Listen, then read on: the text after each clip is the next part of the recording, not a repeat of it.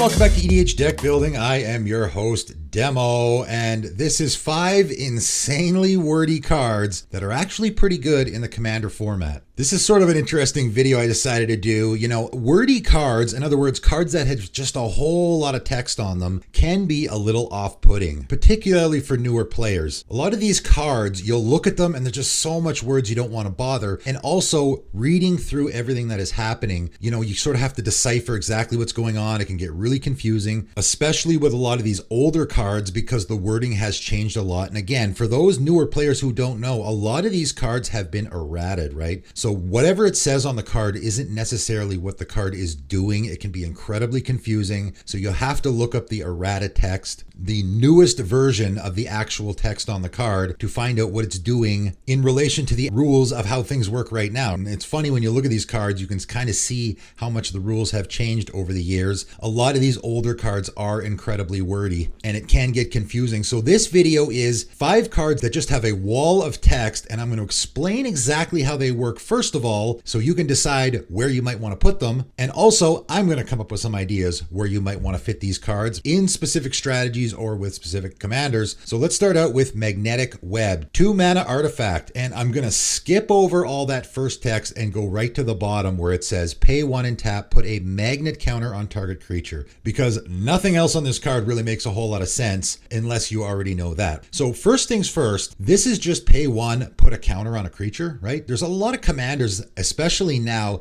that care about having counters on creatures, whether it be yours or your opponent's. You just look at a Volroth or a Nils, for example. Those are commanders that care about having counters on creatures. They don't care what kind. So Magnetic Web can work in decks where you have a theme that I just want to put counters on creatures, whether it be mine or my opponent's. Pay 1 and tap to put a counter on a creature seems pretty good. What's the rest of the card doing though? If a creature with a magnet counter on it attacks, all creatures with magnet counters on them attack if able. Whenever a creature with a magnet counter on it attacks, all creatures with magnet counters on them block that creature this turn if able. So the interesting thing about this card, it does not really do anything unless there is more than one magnet counter on a creature, right? If you just throw one magnet counter on one creature, this doesn't do anything because the magnet counters interact with each other, right? You have to have a magnet counter on at least 2 creatures in order for this to do something. So if I put a magnet counter on an opponent's creature and then I put a magnet counter on another opponent's creature, right? So I'm going to put a magnet counter on a creature of theirs that they want to attack with, and then I'm going to put a magnet counter on another creature, maybe their commander, that they don't want to be attacking with. Now what happens is when they attack with that one creature, they're forced to attack with their commander as well, and they probably don't want to do that. So it's going to keep them from attacking with that other creature. So this is sort of a colorless pillow fort effect, right? If you're looking for a pillow fort type of effect to prevent your opponents from attacking, a lot of colors don't really do the pillow fort theme.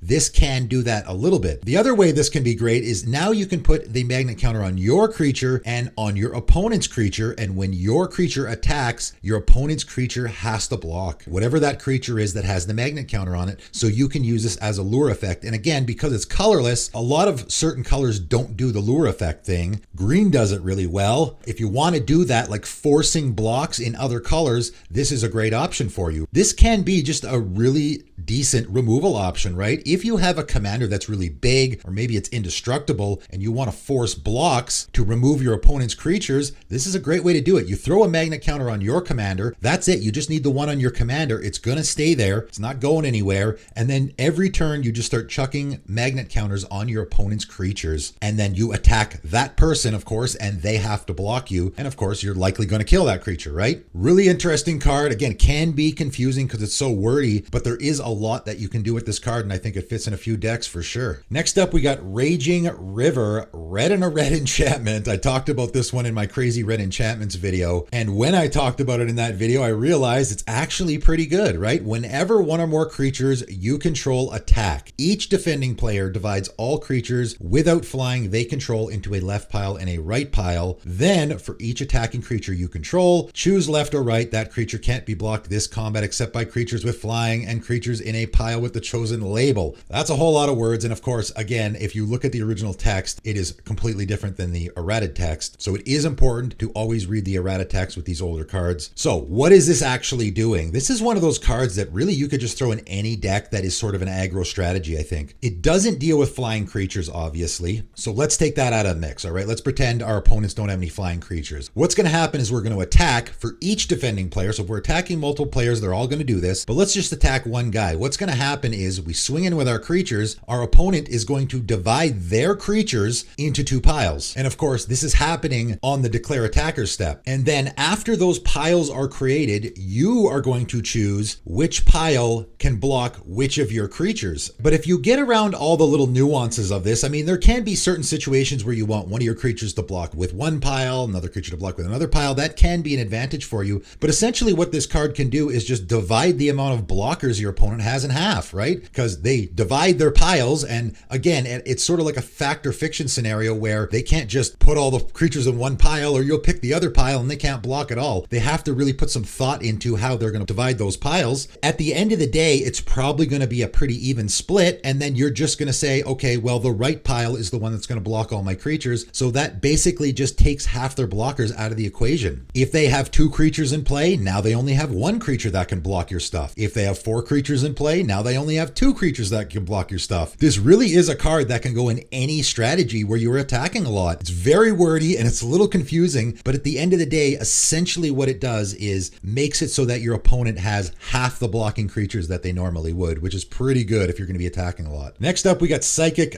Battle, another one that I had talked about before in one of my 10 cards videos, 3 blue enchantment. Whenever a player chooses one or more targets, each player reveals the top card of their library. The player who reveals the card with the highest mana value may change the target or targets. If two or more cards are tied for the highest, the target or targets remain unchanged. Changing targets this way doesn't trigger abilities of permanents named Psychic Battle. That's a whole lot of words. Basically, you can take out a whole lot of words by covering two situations. If the flipped card that is on top is the same mana value as someone else, then nothing happens. Okay, simple as that. Also, changing the targets, because this thing is doing the whole targeting thing, changing the targets doesn't affect this ability. So it doesn't keep affecting itself, in other words, or else you would just go infinitely with this, obviously, right? So we take those equations out of it. What we're left with is whenever a player chooses a target for anything, and that covers a whole lot, let me tell you, everyone's going to reveal the top card of their library. Whoever reveals the highest mana value card is going to choose the target for whatever that effect is, right? So if it's a Path to Exile, for example, whoever has the highest mana value, now they get to choose where that Path to Exile is going, or they get to choose where that Krosan Grip is going. And yes, this will work against Krosan Grip because you're not responding to the Krosan Grip. This just automatically goes on the stack. This is an incredibly powerful ability, okay? Even equipment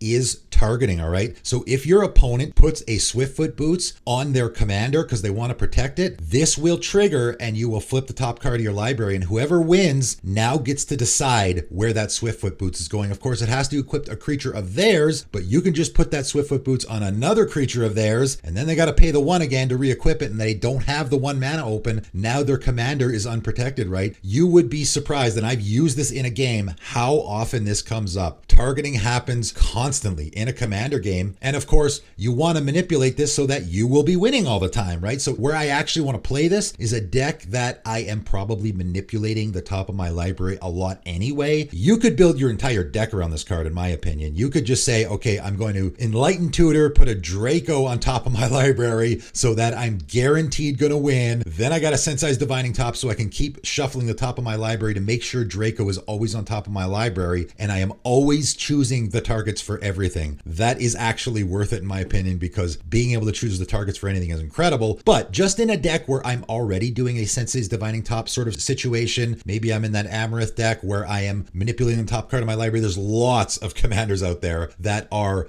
doing stuff off the top of their library, so you probably are going to be manipulating the top of your library. Scroll Rack, all that kind of good stuff. Obviously, Scroll Rack will work just as good here because the card on top of your library you will draw, and then you can use your Scroll Rack to put it back stack on top of your library over and over and over again. Incredibly powerful effect, no doubt. Even though it's a really wordy card, the effect is pretty great. Next up, we have Ice Cauldron, 4 mana artifact. Another one that I talked about in a 10 cards video that I went on quite a bit of a tirade about because, again, this is sort of the reason why I started doing this whole thing, because this card is a card that I almost passed over. It's so wordy. It's one of those cards that throughout the history of Magic has been thought of as a goofy card because it is so wordy, has been errated a whole bunch, and the errata text is very, very important. And when I actually bothered to read through the card, I started to realize how good it could be. So pay X and tap. You may exile a non-land card from your hand. You may cast that card for as long as it remains exiled. Put a charge counter on Ice Cauldron and note the type and amount of mana spent to pay this activation cost. Activate only if there are no charge counters on Ice Cauldron. Then it also says tap, remove a charge counter from Ice Cauldron. Add Ice Cauldron's last noted type and amount of mana. Spend this only to cast the last card exiled with Ice Cauldron. So there's a whole bunch of really neat things that you can do here. You can get into some shenanigans with the counters and removing them and all that kind of good stuff. How this card is intended to be used is like Foretell. This is sort of like the original Foretell card, I think. What you're doing is you're storing mana for a card. You're exiling that card. You're storing some amount of mana. And unlike Foretell, you can choose any amount of mana here. And then at a later date, you can then cast that card by using the second ability, right? You're going to tap it, remove the charge counter, and then whatever the mana is that you stored, you are using it to then cast that spell. So what it's doing is reducing the cost. You can have a really expensive card, pay say half the mana for that spell, and then on the next turn, you can remove the charge counter, use that mana, and then pay the rest of the half, and then cast something really expensive at a lot cheaper rate. That's how this card was intended to be used, but there's a lot of other ways to use it. I'm just going to ignore that second ability and just concentrate on the first ability. The important thing here is that X can be 0. So you can just tap this, not use that second ability at all, put 0 into X and exile a card from your hand, and then just cast it whenever you feel like it, right? So in any exile tribal deck where you're doing stuff, casting stuff from exile, right? There's lots of commanders like that now. This can be a great fit. It's just a way to turn any card into your hand into a cast from exile card. Another thing great about this is you may cast that card for as long as it remains exiled, which means I can tuck a card in exile, and for the rest of the game, just like you would with a Praetor's Grasp, that card's just sitting there and I can cast it whenever I want. You don't even need your Ice Cauldron on the battlefield. Your Ice Cauldron can be destroyed, exiled, whatever. That card is still going to sit there. So if I have my win con, let's say I have my Thassa's Oracle, even though you probably shouldn't be playing that in a casual game, I tuck my Thassa's Oracle into exile and then I can cast it whenever it's convenient for me, right? Now, at a later time, I've got my Demonic Consultation. Now I can cast my Thassa's Oracle from exile and then my Demonic Consultation. So if you have a combo piece or a win con, something really, really important, you can just tuck it away in exile, and then at the point when you're ready to do it, then you can cast it. It's also a great way to protect cards in your hand. If you're in a deck where you just want less cards in your hand, and there are commanders that like that, this is a great way to just get cards out of your hand so that your hand size is smaller. But also, if my opponent, say, has a discard effect or a wheel effect, right? I got a really important card in my hand. My opponent casts a Wheel of Fortune. Now, in response, I can, again, pay 0 mana. You don't have to pay any mana into this at all. Tap, put that really important card. Maybe it's even just a removal card that I want. Tuck it in exile, and then on my turn, I'm free to cast it whenever I want. Really great card, super versatile. Again, a lot of the things going on here, you can just ignore, and just, this is a card that I can use to exile stuff and then cast it at a later date, which is used in a lot of different decks, I think. Lastly today, we're going to be talking about Illusionary Mask, which is the reason I decided to make this video, because I come across this and I just thought, what an incredibly wordy, incredibly confusing card. And then I started thinking about some other cards that I have talked about before. This one I hadn't talked about before that could sort of fit in a video together. This one is super interesting, but also super confusing with the wording. And I'm actually going to put the original card up because just to show you how different the original wording is from the errated text. Okay, so 2 mana artifact, pay X. You may choose a creature card in your hand whose mana cost could be paid by some amount of or all of the mana spent on X. Already that's very confusing, but I'll get back to that. If you do, you may cast that card face down as a 2/2 creature spell without paying its mana cost. Okay, that sounds very familiar, right? If the creature that spell becomes as it resolves has not been turned face up and would assign or deal damage be dealt damage, or become tapped. Instead, it's turned face up and assigns or deals damage, is dealt damage, or becomes tapped. Activate only as a sorcery. Wow, that is incredibly confusing. Even for an experienced Magic player, I had to read this card over like 3 times. I had to go to Gather and actually look through the rules of how everything plays out because the wording here is incredibly confusing. First things first, this is Morph, right? Obviously, the familiar thing here is that this is Morph. However, how it's very different from Morph and why it has the very specific wording is because you have to pay the actual mana cost of that creature, right? That first part where it says you may choose a creature card in your hand whose mana cost could be paid by some amount of or all of the mana spent. Like, that's a very confusing way to say you have to pay that card's mana cost. Now, of course, your opponent doesn't know what you're casting because it's face down, right? So that's sort of the tricky part about this card, and it is a way that you could cheat. And this is one of the few cards I've ever seen where they have a ruling on the Gatherer where it talks about the whole cheating thing. Because of course, you could just cast a creature for 2 mana and it's like a Blightsteel Colossus or something. And then if the game ends, your opponent never really knew what that card was if it didn't get turned over. And they actually have wording on here where it says, if that creature spell is moved from the stack to anywhere other than the battlefield, the resulting creature leaves the battlefield or the game ends, the face down card is revealed if its mana cost couldn't be paid by some amount or all of the mana you spent on X. All applicable penalties for casting a card illegally are assessed. So in other words, if the game ends and you haven't flipped that card over yet, you have to flip it over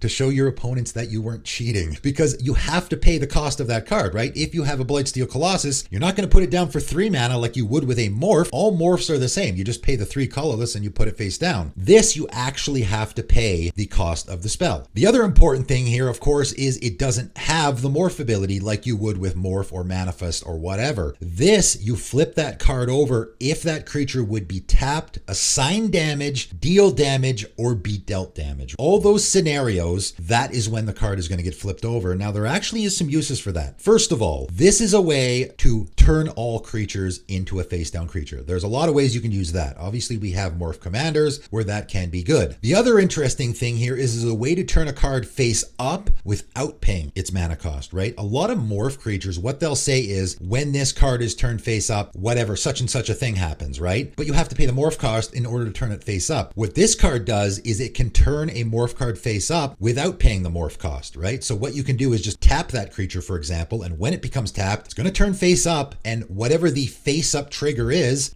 going to happen because it's turned face up. You don't actually have to pay the Morph cost with Morph creatures in order to get that face up trigger. All you have to do is turn them face up in any way imaginable. So this will work there as well. So this card actually does work in some Morph decks. It also can be, what Morph was essentially intended to be, a surprise. Again, you're paying the same mana cost. So instead of casting my creature face up and my opponents know what it is, I'm just going to cast it face down. So my opponents don't know what it is. You're not paying an extra amount of mana. You're paying the same amount of mana. You're just putting it face down instead of face up. Now, of course, it's not going to have any abilities. So if you have an Avacyn, for example, face down, your stuff's not indestructible. But if you're in a deck where you can, say, tap your creatures at instant speed, for example, this can be really good because now your opponent casts a board wipe. They think they've got you. You tap your face down Avacyn at instant speed, and of course it turns face up. Now it turns on and all your stuff is indestructible. It's a nice little gotcha moment. The other place where I think this is a really interesting fit is you are turning the casting of your creature into an activated ability, right? This is an activated ability. So let's look at this in a Zerta deck, for example, right? Because of course Zerta says it's going to reduce the activations you pay by 2. And you are basically turning the casting of your creatures into an activated ability. So now this is essentially reducing the cost of all of your creatures by 2. So if I'm going to cast a Spellseeker, for example, not a great creature to cast face down because you're not going to get the ETB. However, just in as an example, I have to pay 2 and a blue, right? When I activate this ability, I actually have to pay the 2 and the blue in order to cast my Spellseeker face down. If I had a Zerta though, now it's going to be reduced by 2, so I only have to pay the 1 blue to cast that creature face down. If I have a Blightsteel Colossus, probably a better example, and it's in my Zerta deck, instead of paying the 12 to cast it face down, now I only have to pay 10 because I'm activating an ability and my activated abilities cost 2 less. This also works with a Grand Architect type of effect because Grand Architect says tap an untapped blue creature you control, add 2 colorless, spend this mana only to cast artifact spells or activated abilities of artifacts. artifacts. And of course, this is an activated ability of an artifact. So now I can transfer that mana I'm getting out of my Grand Architect to actually cast my creature spells, right? So again, I go back to that Spell Seeker. I can't use my Grand Architect to cast a Spell Seeker, but I can use it to pay 2 colorless mana into my Illusionary Mask, which is going to be used to cast my Spell Seeker, right? So that will work there as well. Really interesting card. Again, I'm throwing out some ideas here. Maybe you guys can throw out some ideas as well. This can just be used to turn your creatures into morph creatures if you want to. You just have to pay the cost for them, right? There is ways you can do some cheating with the mana cost as well. It's a super interesting card. It's incredibly wordy. It's incredibly confusing. I hope I translated it as best as I could so you guys can figure out how maybe to fit this into some of your decks. But that is it. That is 5 insanely wordy cards that are also really, really confusing. And most of them have been errated an absolute ton that you actually could put in a lot of different decks and might work really, really well for you. Hope this video was helpful, but that is it for today. And thanks for tuning in.